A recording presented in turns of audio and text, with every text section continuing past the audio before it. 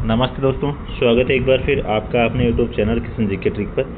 और अपन ने जो राजस्थान का उपवा तंत्र अपना टॉपिक चल रहा है, उसका जो पिछले वीडियो है उसका आधा पार्ट उसमें देख लिया। उसमें माही और लूणी, पश्चिम बनास और चंबल नदी, ये नदियाँ अपन ने पिछले वीडियो में देख ली है। ठीक है, तो जिसने भी पिछला वीडियो नहीं देखा वो राजस्थान उपवा तंत्र का पिछला वाला वीडियो जरूर देख ले। ठीक है, चैनल पे अपलोडेड है, आज सुबह अपलोड हुआ है और आप भी दूसरा अपलोड हो जाएगा शाम को।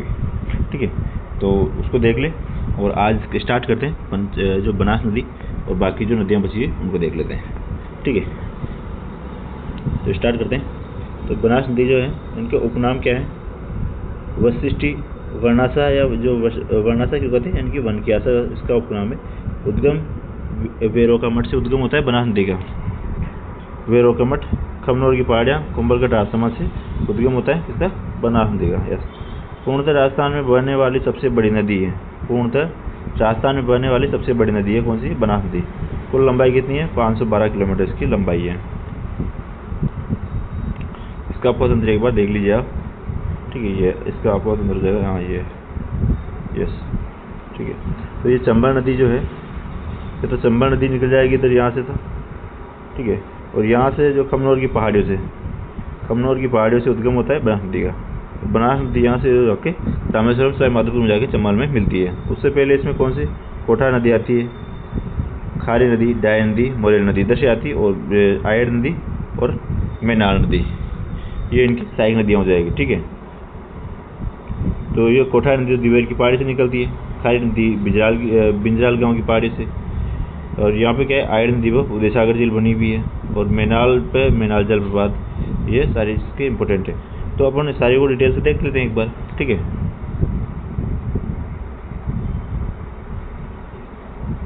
यस। ठीक है, ये 7 जिलों में बहने वाली नदी है कौन सी? बनास नदी। राजसमंद, उदयपुर, चित्तौड़गढ़, भीलवाड़ा, अजमेर, टोंक और सवाई माधोपुर, ये 7 जिले हो जाएंगे। राजसमंद, उदयपुर, चित्तौड़गढ़, भीलवाड़ा, अजमेर, टोंक और सवाई माधोपुर में बहती है बनास नदी। ठीक है, रामेश्वर सवाई माधोपुर में चंबल में जाके मिल जाती है। मैंने आपको जैसा भी पहले बताया, चंबल की सबसे बड़ी सहायक नदी है, ये भी इम्पोर्टेंट है। सबसे बड़ी सहायक नदी कौन सी? चंबल की, इम्पोर्टेंट है, सबसे बड़ी है। नेक्स्ट है बनास की सहायक नदी कौन सी है? बनास की सहायक नदी है तो बाएं तरफ से तो कोठारी, खारी, डाय और मानसी, बांडी, मोरेल, सहोदरी और डील, ये किसे? बाएं तरफ से मिलती है। ठीक है, ये तो है बाएं तरफ की। और दाएं तरफ से बेड़स, गंभीर और मैनाल, ये दाएं तरफ की। तो आपने जैसे अभी डायग्राम में देखा, जैसे ये बनास नदी जा रही है, तो इसके दाएं से तो कौन सी आ रही है? दाएं से आ रही है बेड़च, गंभीरी और मैनाल नदी, 3 नदियाँ आ रही है। ठीक है, उसके बाद ऊपर से जो बाएं तरफ से आ रही है कोठारी, खारी, डाई, मानसी, बांडी, मोरेल, सहोदरी, और यहाँ पे क्या है? चंबल में मिल जाती है। कहाँ पे? रामेश्वरम सवाई माधोपुर में। आगे हैं बेड़स नदी, पहली इसकी सहायक नदी है, उनमें बेड़स नदी, आयड़ या बेड़स नदी। उद्गम जो है गोविंदा की पहाड़ियाँ, उदयपुर से उद्गम होता है आयड़ या बेड़स नदी का। और उद्गम स्थल से उदय सागर झील उदयपुर तक आयड़ नदी कहते हैं इसको, और उदय सागर झील से निकलने के बाद इसको बेड़स नदी कहते हैं। ये इम्पोर्टेंट है कि जो उदय सागर झील से पहले उदय सागर झील तक तो कौन सी? आयड़ नदी कहलाती है ये नदी, और उदय सागर झील से बाहर निकलने के बाद कौन सी हो जाती? बेड़स नदी। इम्पोर्टेंट ना। उद्गम कहाँ से होता है इसका? गोविंदा की पहाड़ियों से। यस, आगे देखते हैं।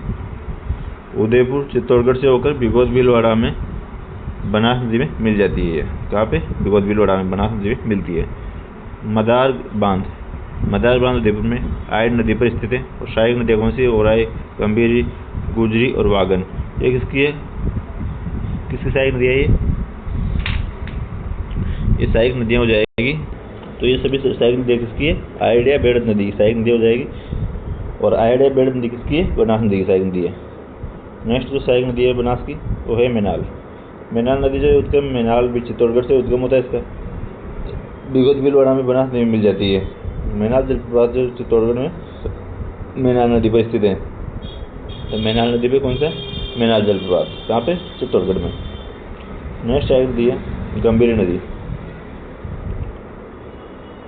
गंभीर नदी जो है उद्गम इसके जावद की पहाड़ियाँ रतलाम मध्य प्रदेश से उद्गम होता है। चित्तौड़गढ़ से बहती हुई बेड़ नदी में मिलती है।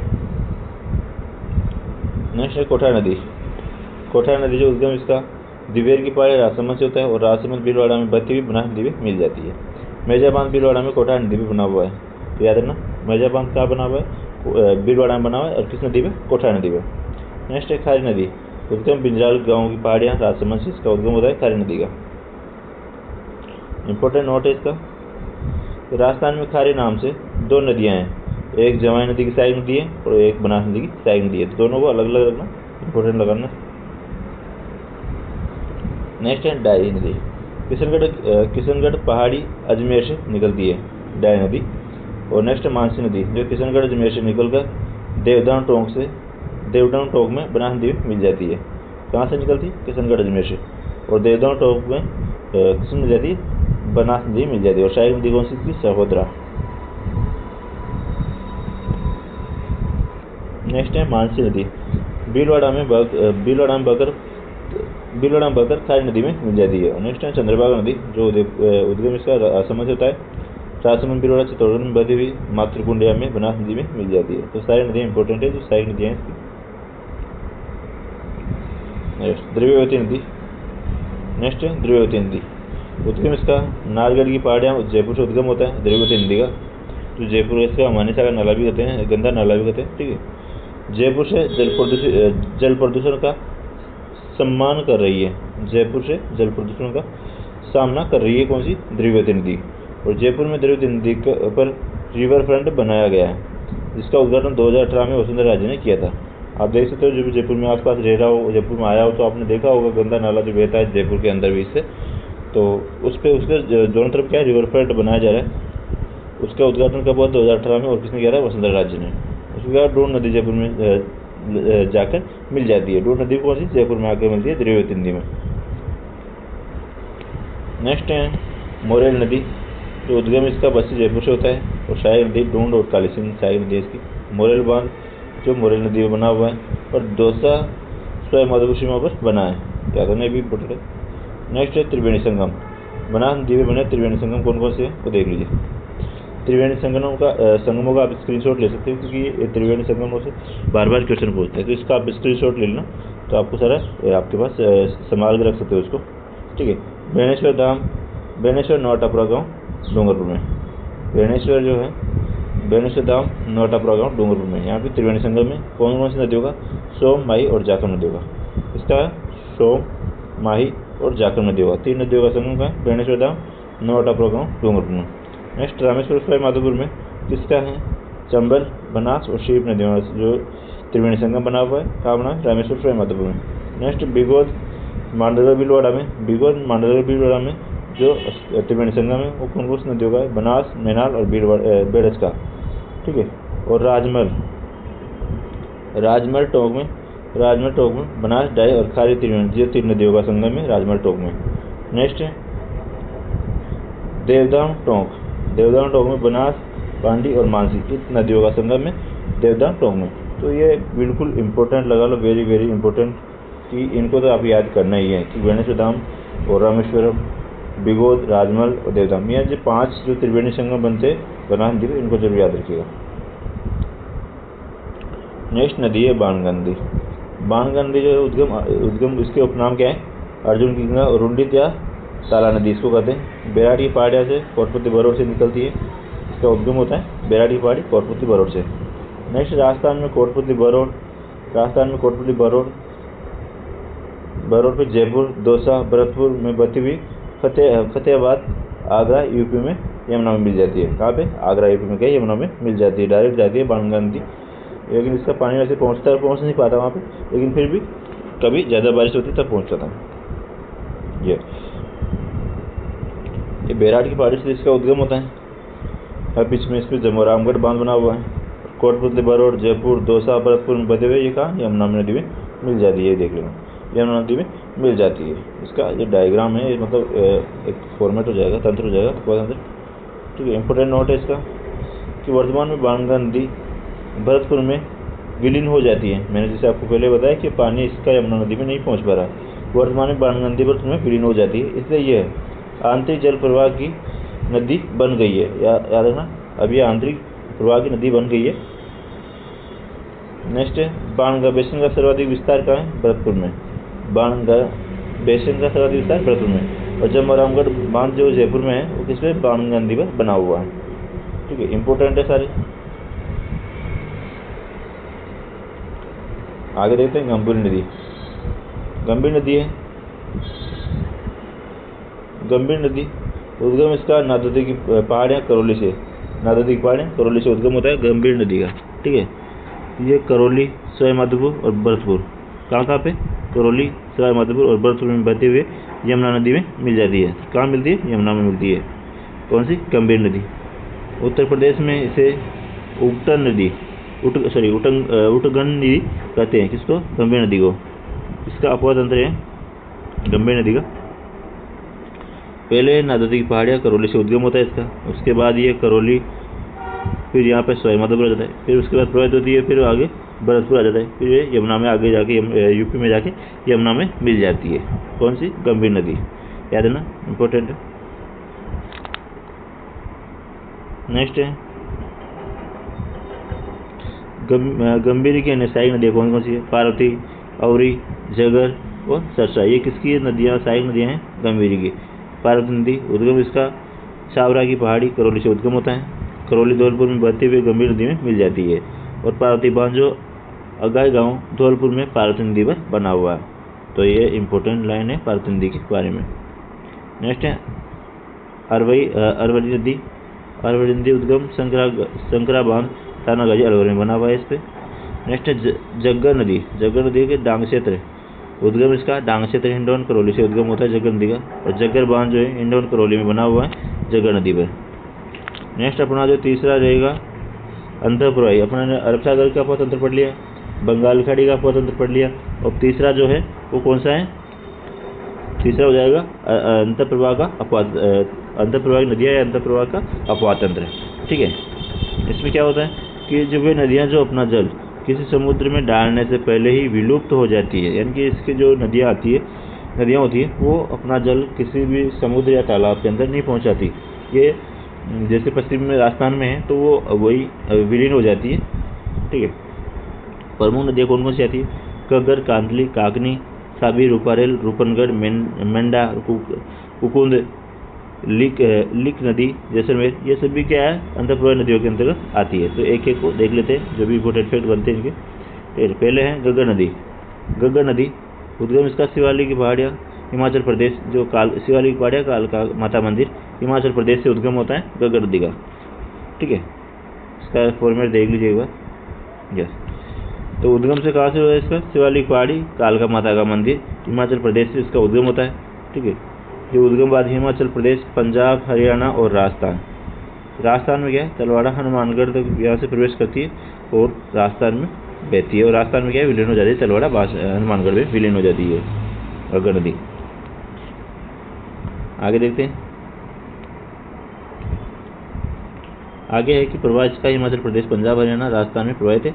उपनाम इसकी प्राचीन सरस्वती, द्वैसदी, मृत, श्रोत्र, नट नदी, राजस्थान का शोक, ये सभी किसके नाम है? घग्गर नदी के उपनाम है। याद रखना, सभी को इंपॉर्टेंट है, घग्गर नदी के उपनाम है सारे। नेक्स्ट जो हो जाएगा अपना घग्गर नदी संबंधित पॉइंट है। हनुमानगढ़ में घग्गर नदी के प्रवाह क्षेत्र को क्या बोलते हैं? नाली। याद रखना, नाली बोलते हैं घग्गर नदी के प्रवाह क्षेत्र को। पाकिस्तान में ये हकरा, पाकिस्तान में जो है जो घग्गर नदी का जो पानी जाता है उसको क्या बोलते हैं? हकरा बोलते हैं। नेक्स्ट राजस्थान में प्रवेश। तलवाड़ा, टिब्बी, तहसील हनुमानगढ़ से राजस्थान में प्रवेश करती है घग्गर नदी, और यह नदी राजस्थान में उत्तर दिशा से प्रवेश करती है। कहाँ से? उत्तर दिशा से। हनुमानगढ़ जो उत्तर दिशा से यहाँ से प्रवेश करती है। ठीक है, तलवाड़ा झील हनुमानगढ़ में इस नदी पर बनी हुई है। राजस्थान में हनुमानगढ़ गंगानगर में बहती है, ओनली हनुमानगढ़ और गंगानगर में बहती है। राजस्थान की अंतःप्रवाह की सबसे लंबी नदी है कौन सी? घग्गर नदी। कुल लंबाई तो कितनी है? 465 किलोमीटर, और राजस्थान में कितनी है? 100 किलोमीटर राजस्थान में प्रवाहित होती है। आगे है कि ज़्यादा वर्षा होने के कारण इसका जल पाकिस्तान के बावलपुर में कोट अब्बास तक पहुँच जाता है। ज़्यादा अगर बारिश होती है तो कहाँ तक? पाकिस्तान के बावलपुर में फोर्ट अब्बास तक पहुँच जाता है इसका पानी, नहीं तो हनुमानगढ़ तक जी मतलब रास्ता तक ही पहुँच पाता है इसका पानी। इंपॉर्टेंट नोट है कि सरस्वती नदी का उल्लेख ऋग्वेद, वैदिक ग्रंथ, पुराण, महाभारत में मिलता है। नेक्स्ट जो नदी है आंतरप्रवाह की वो है कांतली नदी या काटनी नदी। इसका उद्गम जो होता है खंडेला की पहाड़ियाँ सीकर से उद्गम होता है इसका। सीकर झुंझुनू में बहती है। लंबाई इसकी 100 किलोमीटर है और झुंझुनू को 2 भागों में बांटती है। और गणेश सभ्यता और सोनारी सभ्यता कांतली नदी के किनारे स्थित है, याद रखना। गणेश सभ्यता और सोनारी सभ्यता किसके कांतली नदी के किनारे स्थित है। और कांतली नदी का प्रवाह क्षेत्र कौन सा? तोरावाटी क्षेत्र कहलाता है। कांतली नदी का प्रवाह क्षेत्र तोरावाटी कहलाता है। इसका जो डायग्राम देख लीजिए एक बार तंत्र। तो खंडेला की पहाड़ियाँ रेवा से सीकर से इसका उद्गम होता है। खंडेला की पहाड़ियाँ सीकर से, उसके बाद इस सीकर में बहते हुए झुंझुनू में जाके विलीन हो जाती है। यहाँ से ठीक है, विलीन हो जाती है। पूरे 100 किलोमीटर बहती है। कितनी? 100 किलोमीटर प्रवाहित होती है। और ये क्या है, झुंझुनू के 2 भागों में डिवाइड कर देती है झुंझुनू को, जैसा आप इधर मैंने बताया। आप देख लीजिए इसको दोबारा। नेक्स्ट है काकनी नदी। सारी नदियाँ जो है इंपॉर्टेंट है, अंतरप्रवाह वाली, इनमें से क्वेश्चन बार बनता है। तो उद्गम इसका कोटरी गांव जैसलमेर से उद्गम होता है। उपनाम काकरने मसूर इसके उपनाम में। कम वर्षा में भूज झील जैसलमेर का निर्माण करती है। वह अधिक वर्षा में यह नदी मीठा खाड़ी में विलुप्त हो जाती है। ठीक है, तो भूज झील और कोटरी गांव यहाँ से उद्गम होता है और काक नदी का, और भूज झील में जाके विलुप्त हो जाती है। इतना था इसका। तो आंतरिक जल प्रवाह की सबसे छोटी नदी कौन सी है? काक नदी। नेक्स्ट है साबी नदी जो है उद्गम सेवर की पहाड़ियाँ शाहपुरा जयपुर से उद्गम होता है। अलवर जिले की सबसे बड़ी नदी है साबी नदी, और हरियाणा में जाकर विलुप्त हो जाती है। दोस्तों अभी तक भी जिसने वीडियो लाइक नहीं किया हो भी सभी वीडियो लाइक कर दो, और चैनल पे जो भी नहीं आओ चैनल को सब्सक्राइब करके बेल आइकन प्रेस कर लो, क्योंकि आपको सभी को यहाँ पे अच्छी बुक्स के नोट्स रिवीजन यहाँ पे मिल जाएगा। सबका बुक्स का रिवीजन मिल जाएगा, तो आप यहाँ पे देख सकते हो, सुन सकते हो और समझ सकते हो। ठीक है, और नोट्स PDF चाहिए तो मुझे व्हाट्सएप मैसेज कर सकते हो आप। ठीक है, तो आपको नंबर देता हूँ 77 33 01 31 और 79। ये मेरा व्हाट्सएप नंबर है, इस पर आप मुझे कांटेक्ट कर सकते हो किसी भी नोट्स PDF के लिए। ठीक है, आगे देखते हैं। नेक्स्ट है रूपारेल नदी। नेक्स्ट कौन सी है? रूपारेल नदी उद्गम इसका उदयनाथ की पहाड़ियाँ थाना गाजी तहसील अलवर से उद्गम होता है। उपनाम इसका लसवारी गुआ नदी इसका उपनाम है रूपारेल नदी के। सीकरी बांध भरतपुर जो रूपारेल नदी बना हुआ है। सीकरी बांध से मोती झील जो भरतपुर में उसको जलापूर्ति होती है। मोती झील से सुजान गंगा नहर निकाली गई है जो लोहागढ़ दुर्ग भरतपुर की खाई को बढ़ती है। ठीक है, तो सारे पॉइंट बिल्कुल इंपॉर्टेंट है। आप इनको 1 बार 2 बार इनको सुनिए, स्क्रीनशॉट ले लिया करो जो भी आपको इंपॉर्टेंट लगे, क्योंकि मैं 2-2 3-3 बार बोलूँगा तो वीडियो लंबी हो जाती है। ठीक है, नेक्स्ट है मोती झील को भरतपुर की लाइफलाइन कहते हैं। ये भी इंपॉर्टेंट है। किसको? मोती झील को कहते हैं किसकी? भरतपुर की लाइफलाइन। रूपनगढ़ नदी उद्गम किशनगढ़ की पहाड़ियाँ अजमेर से उद्गम होता है रूपनगढ़ नदी का। दक्षिण दिशा से सांबर झील में गिरती है रूपनगढ़ नदी। नेक्स्ट है निम्बार संप्रदाय की पीठ इस्लामाबाद अजमेर में इस नदी के किनारे स्थित है, भी याद रखना। नेक्स्ट है मेंथा या मेंढा नदी जो ये भी क्या है? उद्गम मनोहर थाना जयपुर से उद्गम होता है इसका, और सांबर झील में उत्तर दिशा से प्रवेश करती है। नेक्स्ट है कुकुन नदी जो है बारेठा बांध बयाना भरतपुर से उद्गम होता है इसका। इस नदी पर बनाया गया है कौन सा? बारेठा बांध। कहाँ से? बयाना भरतपुर में। नेक्स्ट जो है वे जिले जहाँ कोई नदी नहीं है। तो कौन कौन से जिले जहाँ पे कोई नदी नहीं बनी? चूरू, बीकानेर, डीग, फलोदी और जोधपुर। ये 5 जिले जो है राजस्थान के, यहाँ पे कोई भी नदी नहीं है। तो ये वेरी इंपॉर्टेंट है। नेक्स्ट है अध्यारोपित या आरोपित नदी। अध्यारोपित या आरोपित नदी के अंतर्गत कौन से आता है? ऐसी नदी जो नरम चट्टानों के स्तर पर बहती है और कठोर चट्टानों तक पहुँचती है, लेकिन प्रारंभिक ढलान का पालन करना जारी रखती है। राजस्थान में चंबल और बनास नदी अध्यारोपित नदियाँ है। ठीक है, नेक्स्ट जो है लास्ट, नदियों का सर्वाधिक अपवाद जलग्रहण क्षेत्र बनास, लूणी और चंबल और माई। नदियों में सर्वाधिक उपलब्ध सतही जल सर्वाधिक चंबल, बनास और माई, लूणी। दोस्तों अपना नेक्स्ट टॉपिक रहेगा राजस्थान के प्रमुख बांध। तो अभी तक भी जिसने वीडियो लाइक नहीं किया वो वीडियो को लाइक कर दो और चैनल को सब्सक्राइब करके बेल आइकन प्रेस कर लो। मिलते हैं नई वीडियो में, तब तक के लिए जय हिंद जय भारत दोस्तों। और शाम को 9 बजे आपको क्लास अंदर आ जाना चाहिए, आ जाया करो। वहाँ पे अपन को लाइव MCQ करवा रहा हूँ, राजस्थान इतिहास का चलेगा आज। ओके, जय हिंद जय भारत दोस्तों।